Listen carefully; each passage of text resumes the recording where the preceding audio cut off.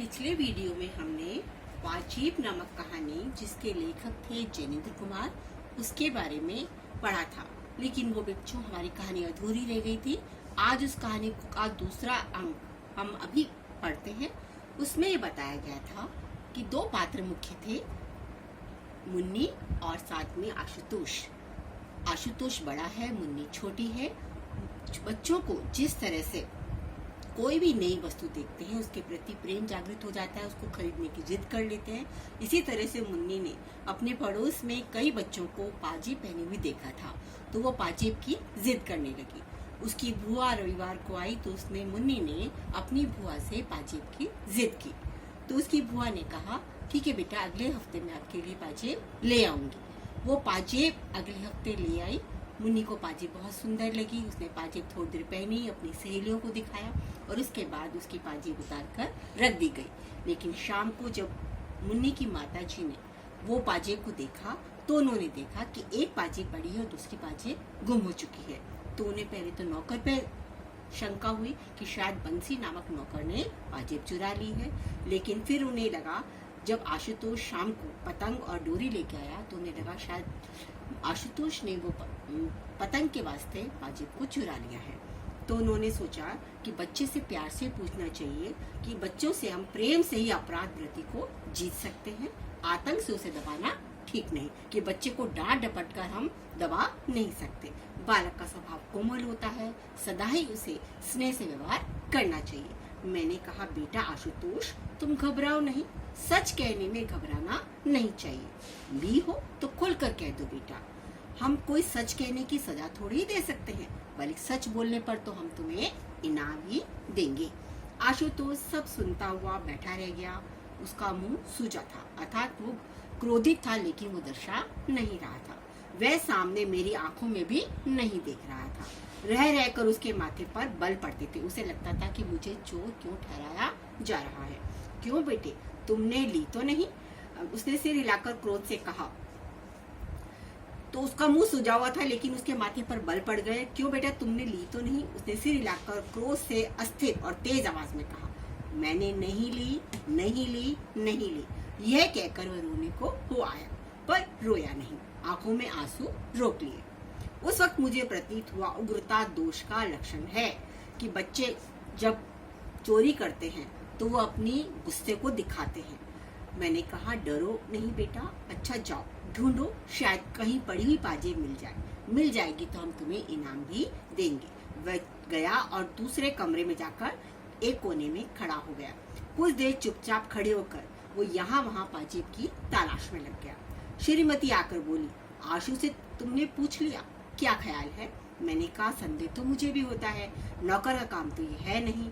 श्रीमती ने कहा, नहीं जी, आशु भला क्यों लेगा? मैं कुछ बोला नहीं और सब सुनता रह गया। हमें बच्चों के प्रति सहानुभूति रखनी चाहिए और उसे अतिरिक्त स्नेह देना चाहिए। मुझे एक भारी दुर्घटना मालूम हो रही थी। मुझे लग रहा था कि अगर आशुतोष ने चोरी की है तो ये उसकी गलती नहीं, ये हमारी गलती है, क्योंकि हम ही बच्चों को उकसाते हैं। हम उनको वस्तु नहीं लाके देते तो बच्चे चोरी करते हैं। लेकिन बच्चे के लिए वैसी लाचारी उपस्थित होगी और वह भी कहीं भयावह थी। ये हमारी ही आलोचना है। हम उस चोरी से बरी नहीं हो सकते, अर्थात ये हमारी ही कमी है। मैंने बुलाकर कहा, अच्छा सुनो, देखो मेरी तरफ देखो, ये बताओ कि पाजेब तुमने छुन्नू को दी थी, है ना? वह कुछ देर नहीं बोला। उसके चेहरे पर एक रंग आया और चला गया। मैं एक एक छाया ताड़ना चाहता था, अर्थात मैं उसके पूरे शरीर को निहार रहा था, उसके पूरे चेहरे को देख रहा था। मैंने आश्वासन देते हुए कहा, कोई बात नहीं, हाँ हाँ बोलो, डरो नहीं। ठीक बताओ बेटा, कैसा हमारा सच्चा बेटा है? वो उसे फुसला रहे थे, उनसे सच्चाई जानना चाह रहे, तुम डरो नहीं, अगर उसको भी दिए तो हमें बता दो। मानो बड़ी कठिनाई बाद उसने अपना सिर हिलाया। मैंने बहुत खुश होकर कहा, दी है ना, छुन्नू को दी है। उसने सिर हिला दिया। अत्यंत सांत्वना के स्वर में स्नेहपूर्वक मैंने कहा, मुंह से बोलो, छुन्नू को दी है। उसने कहा, हाँ। मैंने अत्यंत हर्ष के साथ दोनों बाहों में लेकर उसे उठा लिया, अर्थात मुझे खुशी हुई कि मेरे बच्चे ने सच बोला। कहा कि ऐसे ही बोल दिया करते हैं अच्छे लड़के। आशु हमारा राजा बेटा है। गर्व के भाव से गोद में लिए मैं उसकी माँ की तरफ गया। उल्लासपूर्वक बोला, देखो हमारे बेटे ने सच कबूल किया है, पाजेब उसने चुन्नू को दी है। सुनकर माँ उसकी खुश हो आई। उन्होंने उसे चूमा, बहुत शाबाशी दी और उसकी बलैया लेने लगी। आशुतोष भी मुस्कुराया, अगरचे एक उदासी भी उसके चेहरे से दूर नहीं हुई थी। उसके बाद अलग ले जाकर मैंने उसे बड़े प्रेम से पूछा, पाजेब चुन्नू के पास है ना? जाओ मांग ला सकते हो उससे। आशुतोष मेरी ओर देखता हुआ बैठा रह गया। मैंने कहा, जाओ बेटे ले आओ। उसने जवाब में मुंह नहीं खोला। मैंने आग्रह किया तो वह बोला कि चुन्नू के पास नहीं हुई तो वह कहाँ से देगा। उसे पता था कि मैंने चुन्नू को नहीं दी है, तो वो क्या कह रहा था, यदि चुन्नू के पास नहीं हुई तो वो चुन्नू कहाँ से ला कर देगा। मैंने कहा, जिसको उसने दी होगी उसका नाम बता देगा। सुनकर वो चुप हो गया। मेरे बार बार कहने पर भी पाजेब चुन्नू के पास नहीं तो कहाँ से देगा। अंत में हार कर मैंने कहा, वह कहीं तो होगी। अच्छा, तुमने कहाँ से उठाई थी? पड़ी मिली थी। और नीचे जाकर वह तुमने चुन्नू को दिखाई? हाँ। फिर उसी ने कहा इसे बेचेंगे? हाँ। कहाँ बेचने को कहा? कहा मिठाई लाएंगे। नहीं, पतंग लाएंगे। अच्छा, पतंग को कहा? हाँ। तो उसी के पास होनी चाहिए ना, या पतंग वाले के पास होगी? होगी। जाओ बेटा उससे ले आओ। कहना हमारे बाबूजी तुम्हें इनाम देंगे। वह जाना नहीं चाहता था। फिर उसने कहा, चुन्नू के पास नहीं हुई तो कहाँ से देगा। मुझे उसकी जिद बुरी मालूम हुई। मैंने कहा कि तो कहीं तुमने उसे गाड़ दिया है, कहीं छुपा दिया है, क्या किया है? बोलते क्यों नहीं? वह मेरी ओर देखता रहा, कुछ नहीं बोला। मैंने कहा कि कुछ कहते क्यों नहीं? वह गुमसुम रह गया और नहीं बोला। वो चुपचाप रह गया। मैंने डपट कर कहा, डपट कर मतलब डांट कर कहा, जाओ जहाँ हो वहीं से पाजेब लेकर आओ। जब अपनी जगह से नहीं उठा और नहीं गया तो मैंने उसे कान पकड़ कर उठाया, कहा कि सुनते हो, जाओ पाजेब लेकर आओ, नहीं तो तुम्हें घर में नहीं रहने दिया जाएगा। उस तरह उठाया और जाकर वह उठ गया और कमरे के बाहर निकल गया। निकलकर बरामदे के एक कोने में रूठा मुंह बनाकर खड़ा रह गया। मुझे बड़ा शोभ हो रहा था, मतलब मुझे बहुत क्रोध आ रहा था, दुख हो रहा था। ये लड़का सच बोलकर अब किस बात से घबरा रहा है, ये मैं कुछ समझ न सका। मैंने बाहर जाकर धीरे से कहा, जाओ भाई, जाकर चुन्नू से कहते क्यों नहीं हो। पहले तो उसने कोई जवाब नहीं दिया। जब जवाब दिया तो बार बार कहने लगा, चुन्नू के पास नहीं हुई तो कहाँ से देगा। मैंने कहा, जितने में उसने बेची होगी वे दाम मैं दे देंगी, समझियो ना। जाओ तुम कहो तो। चुन्नू की माँ ने कहा कि उनका लड़का ऐसा काम नहीं कर सकता, उसने पाजेब नहीं देखी है। जिस पर आशुतोष की माँ ने कहा, नहीं, तुम्हारा चुन्नू झूठ बोलता है। क्यों रे आशुतोष, तैने दी थी ना? आशुतोष ने धीरे से कहा, हाँ दी थी। दूसरी ओर चुन्नू भड़कर आया और हाथ फटकार कर बोला, मुझे नहीं दी। क्यों रे, मुझे कब दी थी? आशुतोष ने जिद बांधकर कहा, दी तो थी, कह दो नहीं दी थी। नतीजा ये हुआ कि चुन्नू की माँ ने चुन्नू को खूब पीटा और खुद भी रोने लगी। कहती जाती थी, हाय रे, अब हम चोर हो गए। यह कुलच्छनी औलाद जाने कब मिटेगी, अर्थात कुल का नाश करने वाली औलाद कब मिटेगी, कब चोरी करना छोड़ेगी। बात दूर तक फैल गई। पड़ोस की स्त्रियों में पवन पड़ने लगी। बात जो होती है, छोटी सी बात होती है, बड़ी चिंगारी बनके सब पड़ोस में फैल गई।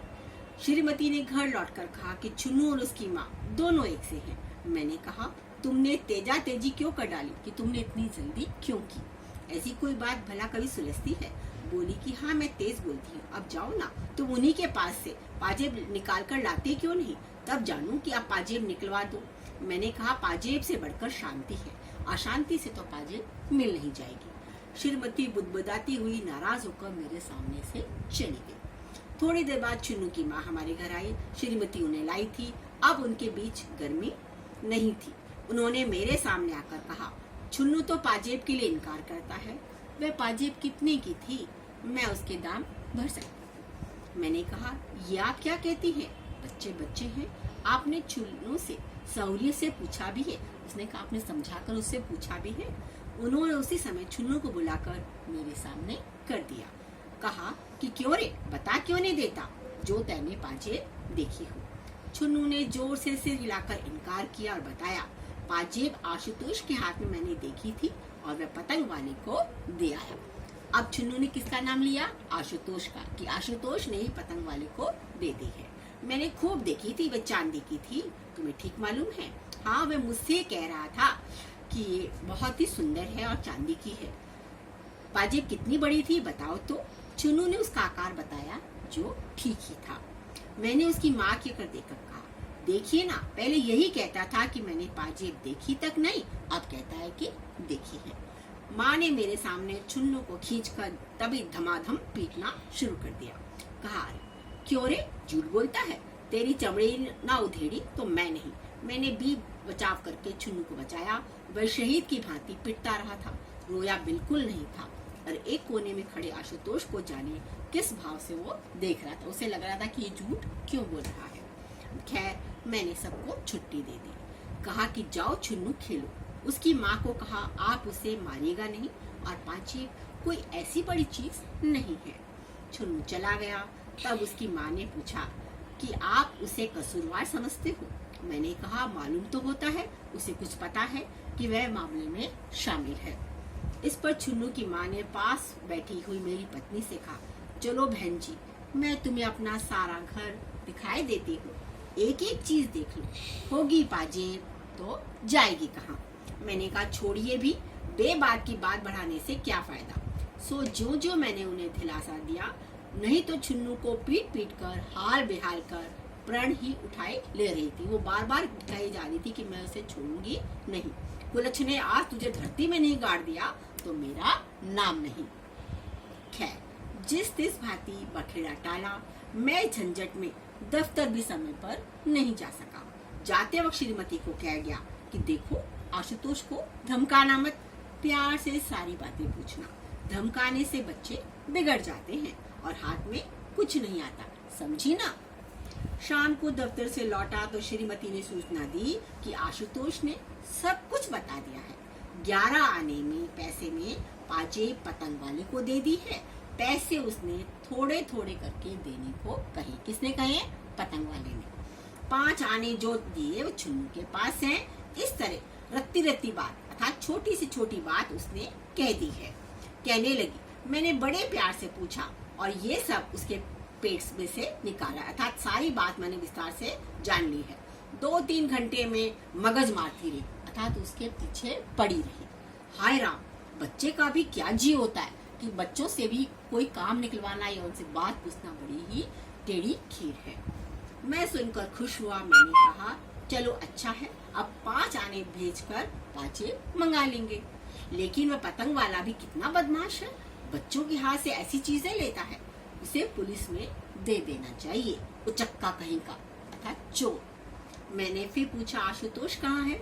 उन्होंने बताया, बाहर ही कहीं खेल खेल रहा होगा कि बाहर खेल रहा होगा।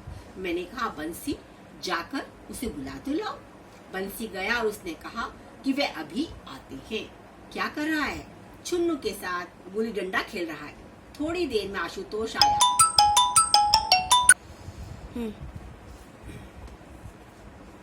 चुन्नू के साथ गिल्ली डंडा खेल रहे हैं। थोड़ी देर में आशुतोष आया, तब मैंने उसे गोद में लेकर प्यार किया।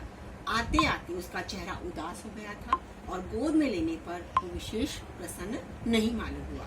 उसकी माँ ने खुश होकर कहा, हमारे आशुतोष ने सब बातें अपने आप पूरी पूरी बता दी है। हमारा आशुतोष बड़ा सच्चा लड़का है। आशुतोष मेरी गोद में टिका रहा, लेकिन अपनी बड़ाई सुनकर भी उसको खुशी नहीं हुई। मैंने कहा, आओ चलो, अब क्या बात है?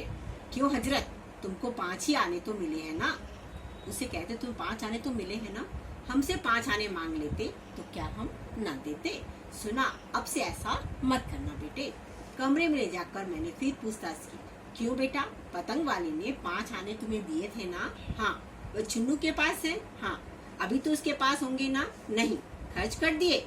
नहीं। खर्च किए? हाँ। खर्च किए कि नहीं खर्च किए? उस ओर से प्रश्न करने पर मेरी ओर देखता रहा और उत्तर नहीं दिया। बताओ, खर्च कर दिए हैं कि अभी हैं? किसने पूछा? आशुतोष के पिता ने उससे पूछा। जवाब में उसने एक बार हाँ कहा और दूसरी बार ना कहा। मैंने कहा, तो ये क्यों नहीं कहते तुम्हें नहीं मालूम? हाँ। बेटा मालूम है ना? हाँ। पतंग वाले से पैसे चुन्नू ने लिए हैं ना? हाँ। तुमने क्यों नहीं लिए? चुप। 5 इकन्नी थी या दुअन्नी थी और पैसे भी थे? चुप। बतलाती क्यों नहीं हो? चुप। इकन्नियां कितनी थी बोलो? 2। बाकी पैसे थे? हाँ। दुअन्नी नहीं थी? हाँ। ध्वनि थी हाँ। मुझे क्रोध आने लगा। टपट कर कहा, सच क्यों नहीं बोलते जी, सच बताओ कितनी कन्नियां थी और कितना क्या था। उस समय कन्नी ध्वनि चलती थी। कन्नी मतलब 1 पैसे, ध्वनि मतलब 2 पैसे, तो इस तरह से चला करती थी। लेकिन बार बार पूछ रहे थे, कभी कन्नी पूछ रहे थे, कभी ध्वनि पूछ रहे थे, लेकिन बच्चा सही बात नहीं बता रहा था। वह गुमसुम खड़ा रहा, कुछ नहीं बोला। बोलते क्यों नहीं? वह नहीं बोला। सुनते हो, बोलो। नहीं नहीं तो आशुतोष डर गया और कुछ नहीं बोला। सुनते नहीं, मैं क्या कह रहा हूँ। इस बार भी वह नहीं बोला तो मैंने पकड़कर उसके कान खींच दिए। वह बिना आंसू लिए गुमसुम खड़ा रहा। अब भी नहीं बोलोगे? वह डर के मारे पीला हुआ है। अब उसे डर लगने लगा। पहले कान पकड़े थे कि पापा पीट ना दे, इसलिए चुप रहा। मैंने जोर से बुलाया, बंसी यहाँ आओ, इसको ले जाकर कोठरी में बंद कर दो। किसको कोठरी में बंद करना था? आशुतोष को। बंसी नौकर उठाकर ले गया और कोठरी में मूंद दिया था, कोठरी में बंद कर दिया। 10 मिनट बाद मैंने फिर उसे अपने पास बुलाया। उसका मुंह सूजा हुआ था, अर्थात वो क्रोधित था।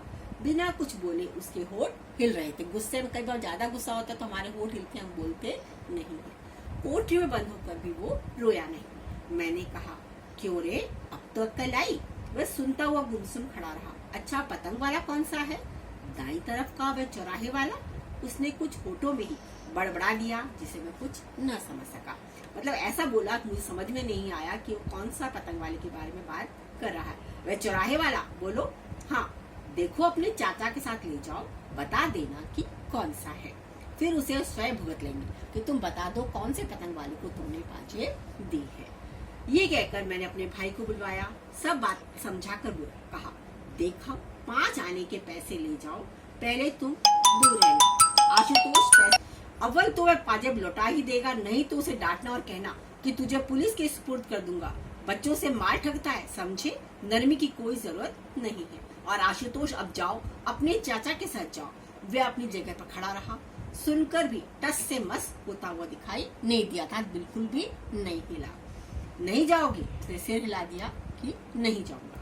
मैंने तब उसे समझाकर कहा कि भैया घर की चीज है, दाम लगे हैं, भला 5 आने में रुपयों का माल किसी के हाथ खो दोगे?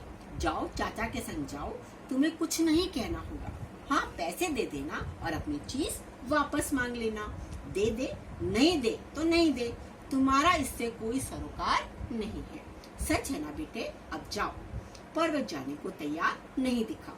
मुझे उस लड़की की गुस्ताखी पर बड़ा बुरा मालूम हुआ कि उसके जो ढीठ बनकर खड़ा था वो मुझे अच्छा नहीं लग रहा था। बोलो, इसमें क्या बात है? इसमें क्या मुश्किल है? समझाकर बात कर रहे हैं, सो समझता नहीं, सुनता ही नहीं। मैंने कहा कि क्यों रे, नहीं जाएगा? उसने फिर से हिला दिया, नहीं जाऊंगा। मैंने प्रकाश, अपने छोटे भाई को बुलाया। कहा, प्रकाश, इसे पकड़ कर ले जाओ। प्रकाश ने उसे पकड़ा और आशुतोष अपने हाथों पैरों से उसका प्रतिकार करने लगा, अर्थात वो ना जाने की जिद करने लगा। वह साथ जाना नहीं चाहता था। मैंने अपने ऊपर बहुत सब्र करके फिर आशुतोष को पुचकारा। कहा कि जाओ भाई, डरो नहीं, अपनी चीज घर में आएगी। इतनी सी बात समझते नहीं? प्रकाश, इसे गोदी में ले जाओ, जो चीज मांगे इसे बाजार से दिलवा देना। जाओ भाई आशुतोष। पर उसका मुंह फूला हुआ था। जैसे तैसे बहुत समझाने पर वह प्रकाश का चला, ऐसे चला मानो पैर उठाना उसे भारी हो रहा था, अर्थात बहुत धीमी गति से चल रहा था। 8 बरस का लड़का होने आया, फिर भी देखो ना, किसी भी बात की उसमें समझ नहीं है। मुझे जो गुस्सा आया तो क्या बतलाऊं, लेकिन ये याद करके कि गुस्से से बच्चे संभलने की जगह बिगड़ते हैं, मैं अपने को दबाता चला गया। खैर वह गया तो मैंने चैन की सांस ली, लेकिन देखता क्या हूँ, कुछ देर में प्रकाश लौट आया। मैंने पूछा क्यों? बोला कि आशुतोष भाग गया है। मैंने कहा, अब वह कहाँ है? वह रूठा खड़ा है और घर में नहीं आता, जाओ पकड़ कर तो लाओ। वह पकड़ा हुआ आया। मैंने कहा, क्यों रे, शरारत से बाहर नहीं आएगा? बोल, जाएगा कि नहीं? वह नहीं बोला। मैं थप्पड़ लगते ही वह एकदम चीखा पर फौरन चुप हो गया। वह जैसे ही मेरे सामने खड़ा रहा, मैंने उसे देखकर मारे गुस्से से कहा, ले जाओ इसे मेरे सामने से, जाकर कोठरी में बंद कर दो। दुष्ट। इस बार वह आज 1 घंटा बंद रहा। मुझे ख्याल आया कि मैं ठीक नहीं कर रहा हूँ, लेकिन जैसे कि दूसरा रास्ता नहीं दिखता था। मन को ठिकाना देने की आदत पड़ गई थी और कुछ अभ्यास ना था। खैर, मैंने इसी बीच प्रकाश को कहा कि तुम दोनों पतंग वाले के पास जाओ, मालूम करना कि पाजेब किसने ली है। होशियारी से मालूम करना, मालूम होने पर सख्ती करना। मुरव्वत की जरूरत नहीं है कि शराफत की जरूरत नहीं है। प्रकाश गया, पर लौटने पर बताया कि किसी के पास पाजेब नहीं है, अर्थात जो पतंग वाले के पास ढूंढने गए थे उसके पास पाजेब नहीं है। सुनकर मैं झल्लाया, अर्थात मुझे क्रोध आ गया। कहा कि तुमसे कुछ नहीं हो सकता, जरा सी बात नहीं हुई, तुमसे क्या उम्मीद रखी जाए। वह अपनी सफाई देने लगा। मैंने कहा बस तुम जाओ। प्रकाश मेरा बहुत लिहाज मानता था, क्योंकि मैं बड़ा था वो छोटा था, इसलिए मेरी बहुत इज्जत करता था। वह मुंह डालकर चला गया और चुपचाप चला गया। कोठरी खुलवाने पर आशुतोष को फर्श पर सोते पाया। उसके चेहरे पर अब भी आंसू नहीं थे। सच पूछो तो मुझे उस समय बालक पर करुणा हुई, लेकिन आदमी में एक ही साथ जाने क्या क्या विरोधी भाव उठते हैं कि मुझे उस पर क्रोध भी आ रहा था और प्यार भी आ रहा था, सहानुभूति भी जग रही थी। मैंने उसे जगाया। वह हड़बड़ाकर उठा। मैंने कहा, कहो क्या हालत है। थोड़ी देर तक वह समझा ही नहीं। फिर शायद पिछला सिलसिला याद आया कि उसे बार बार कोठरी में बंद किया गया था। झट उसके चेहरे पर वही जिद, अकड़ और प्रतिरोध के भाव दिखाई देने लगे। मैंने कहा कि या तो राजी राजी चले जाओ, नहीं तो इस कोठरी में फिर बंद किए देते हैं। आशुतोष पर इसका विशेष प्रभाव नहीं पड़ा, ऐसा मालूम नहीं हुआ। खैर, उसे पकड़कर लाया और समझाने लगा। मैंने निकालकर उसे 1 रुपया दिया और कहा, बेटा इसे पतंग वाले को देना और पाजेब मांग लेना, कोई घबराने की बात नहीं, तुम तो समझदार लड़की हो। उसने कहा, जो पाजेब उसके पास नहीं हुई तो कहाँ से देगा। इसका क्या मतलब है? तुमने कहा ना कि 5 आने पाजेब दी है, ना हो तो छुल्लू को भी साथ ले जाना, समझे। वह चुप हो गया। आखिरी समझाने पर जाने को तैयार हुआ। मैंने प्रेम पूर्वक उसे प्रकाश के साथ जाने को कहा।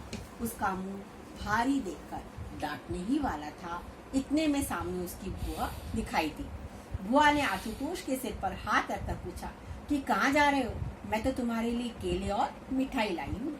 आशुतोष का चेहरा रूठा ही रहा। आशुतोष को क्रोध आ रहा था, वो प्रसन्न नहीं था। मैंने बुआ से कहा, उसे रोको मत, जाने दो। आशुतोष रुकने को उद्यत था। आशुतोष बुआ के कहने से रुकने को तैयार हो गया था। वह चलने में आनाकानी दिखाने लगा। बुआ ने कहा, क्या बात है। मैंने कहा, कोई बात नहीं, जाने दो उसे। पर आशुतोष मचलने पर आ गया, अर्थात न जाने की जिद करने लगा। मैंने डांट कर कहा, प्रकाश इसे ले क्यों नहीं जाते। बुआ ने कहा, बात क्या है, क्या बात है। मैंने पुकारा, बंसी तू भी साथ जा, बीच से लौटने ना पावे। सो मेरे आदेश पर दोनों आशुतोष को जबरदस्ती उठाकर सामने से ले गए। बुआ ने कहा, क्यों उसे सता रहे। मैंने कहा, कुछ नहीं, जरा